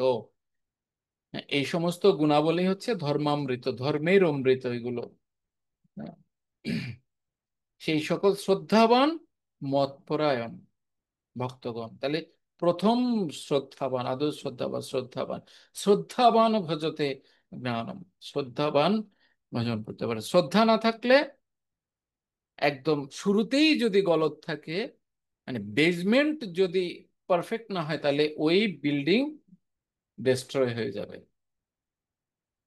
এই শ্রদ্ধাটা হচ্ছে আমাদের বেজ, ডিভোশনাল লাইফের বেজ হচ্ছে শ্রদ্ধা। কার প্রতি শ্রদ্ধা? সকল জীবের প্রতি শ্রদ্ধা। হুম? সকল জীবের প্রতি শ্রদ্ধা, সকল বস্তুর প্রতি শ্রদ্ধা। সমস্ত কিছুর প্রতি শ্রদ্ধা। শ্রদ্ধ ধানা মৎপরমা। ঠিক আছে, তাহলে আমরা জানলাম ভগবানের প্রিয় ভক্তদের কিছু গুণাবলী, এবং ভগবান সর্বশেষে বলছেন এই গুণাবলীগুলি যার মাধ্যমে, যার কাছে আছে, এই ধর্মামৃত বা গুণাবলী গুলি যাদের মধ্যে আছে তারাই হচ্ছে আমার প্রিয় ভক্ত। তা আমরা কম বেশি সকলেই চাই ভগবানের প্রিয় হতে। বিশেষ করে শিল প্রভুপাদ গুরুদেবের করুণায় যখন আমরা জানতে পেরেছি যে আমাদের জীবনের একমাত্র লক্ষ্যই হচ্ছে কৃষ্ণের সন্তুষ্টি বিধান, তাই আমরা এরপর থেকে আমরা অবশ্যই চাই সকলে কৃষ্ণ প্রিয় হতে। কেউ চেষ্টা করছি, কেউ চেষ্টা করছি না, ইটস ডিফারেন্ট, বাট আমরা সকলেই চাই কৃষ্ণের প্রিয় হতে। এই কৃষ্ণের প্রিয় হওয়ার জন্য যে সমস্ত গুণাবলীগুলো আমাদের মধ্যে বিল্ড আপ করতে হবে, যে সমস্ত গুণাবলীগুলো আমাদের মধ্যে গ্যাদার করতে হবে, ভগবান সেগুলির একটা তালিকা 13 থেকে 19 নম্বর শ্লোকে দিয়েছেন। তা আমাদের সকলের উচিত এই সমস্ত গুণাবলীগুলি, এই সমস্ত ধর্মামৃতগুলি যাতে আমরা লাভ করতে পারি, সেই লক্ষ্যে আমাদের জীবনকে পরিচালিত করা, আমাদের সমস্ত কর্ম, সমস্ত চিন্তা, সমস্ত ভাবধারা সবকিছু এর আলোকে পরিচালিত করা। হুম ভগবানের প্রিয় হতে চাইলে কিন্তু কেউ ভগবানের প্রিয় হতে পারে না। ঠিক আছে, ভগবানের প্রিয় আমি শুধু মুখে বললে তো হবে না যে আমি ভগবানের প্রিয় হব, আমি ভগবানের প্রিয় হব। তাহলে ভগবানের প্রিয় হওয়ার জন্য ভগবানের, মানে সোজা কথা, সোজা বাংলায়, ভগবানের প্রিয় হতে গেলে ভগবানের প্রিয় হতে হয় না। ভগবানের প্রিয় হতে গেলে এই সমস্ত ধর্মামৃত বা গুণাবলীগুলি নিজের মধ্যে বিল্ড আপ করতে হবে। তাহলে হনুমান কি কখনো চেয়েছিল ভগবান রামচন্দ্রের প্রিয় হতে? ভক্ত হনুমান কখনো চেয়েছে রামচন্দ্রের প্রিয় হতে? না, বরং রামচন্দ্রকে তার প্রিয়তর, প্রিয়তম বানাতে চেয়েছেন, কিন্তু নিজে কখনো ভগবানের প্রিয় হওয়ার আকাঙ্ক্ষা করেননি। হুম, তাহলে তিনি নিজের পুরো গায়ে সিঁদুর মাখতেন না। সীতা মাতাকে জিজ্ঞেস করছেন আপনি সিঁদুর পরেন কেন? বলছেন তোমার প্রভুর কল্যাণার্থে। বলছে তাহলে আমিও প্রভুর কল্যাণ করতে পারি। পুরো শরীর সিঁদুর দিয়ে রাঙিয়ে দিয়েছেন। কার জন্য? নিজের জন্য না, প্রভুর জন্য। প্রভুর জন্য।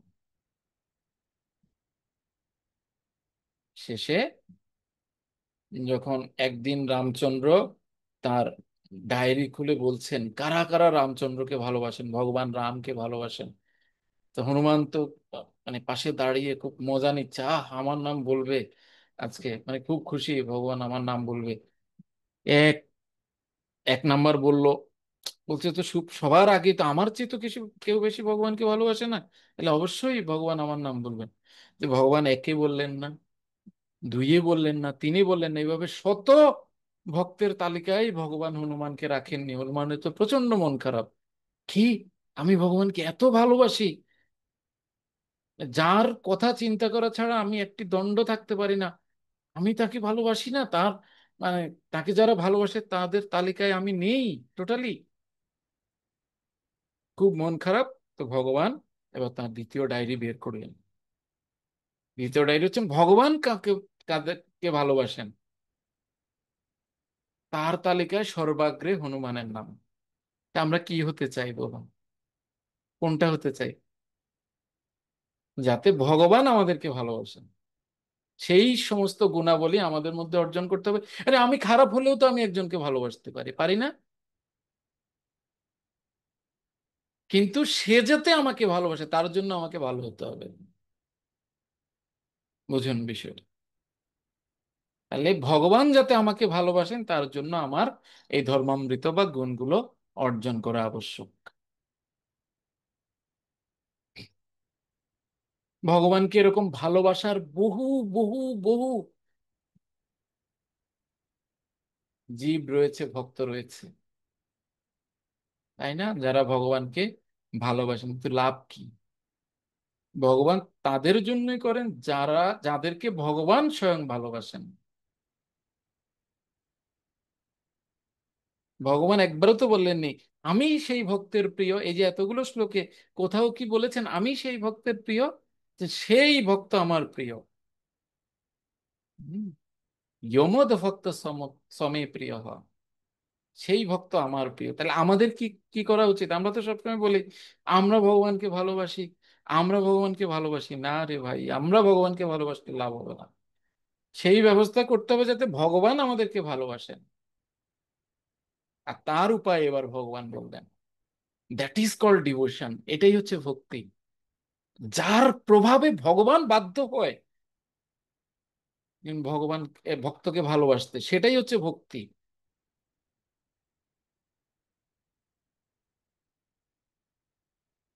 ওকে, তাহলে এই দ্বাদশ অধ্যায়ে সেটাই নিয়ে আলোচনা করা হয়েছে, যেটার প্রভাবে এর আগে আমরা দেখেছি যেটার প্রভাবে আমরা ভগবানকে ভালোবাসতে পারি, আর এখন দেখলাম যেটার প্রভাবে ভগবান আমাদেরকে ভালোবাসতে পারেন। ঠিক আছে, তা আমাদের সেই গুণাবলীগুলো, সেই ধর্মামৃতগুলো বা ভগবানের ইচ্ছা, এই গুণাবলীগুলো আমরা অর্জন করি, আমরা লাভ করি। ভগবানের ইচ্ছা যেন ভগবান সেগুলোকে খুব সুশৃঙ্খল ভাবে ভগবান এখানে উল্লেখ করেছেন। আমাদের জন্য একটা সুখবর হচ্ছে এই সমস্ত গুণাবলী সবগুলো দরকার নাই। যদি কোনো একটি গুণাবলীও আমরা খুব স্পেশালি আমরা মেনটেন করতে পারি, আমাদের মধ্যে 100% যদি আমরা গ্যাদার করতে পারি, অনেক।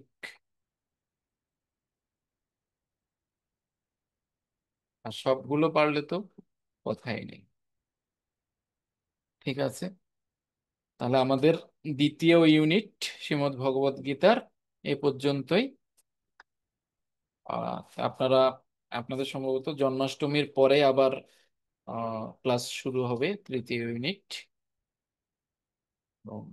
আপনারা পরীক্ষা দিন, তারপর ভালো করে পড়ালেখা করুন। আর আমার একটা রিকোয়েস্ট থাকবে, বিশেষ করে এই শতকটা আপনারা আহ মানে এই যে বন্ধ আছে পরীক্ষা, তো একদিন আপনারা পড়বেন, পুরো সপ্তম থেকে দ্বাদশ অধ্যায় পর্যন্ত পড়বেন, একদম ধ্যান সহকারে পড়বেন এটা।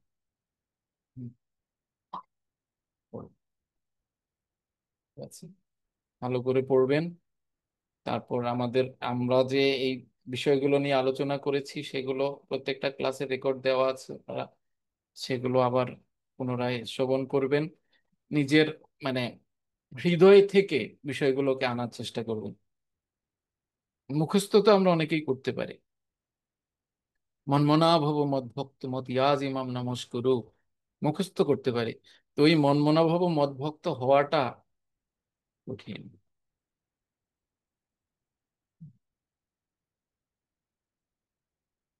আমাদের সময় এসেছে আমরা ভগবানের প্রিয় হয়ে ওঠার প্রচেষ্টা করুন। It's time for me and it's time for you.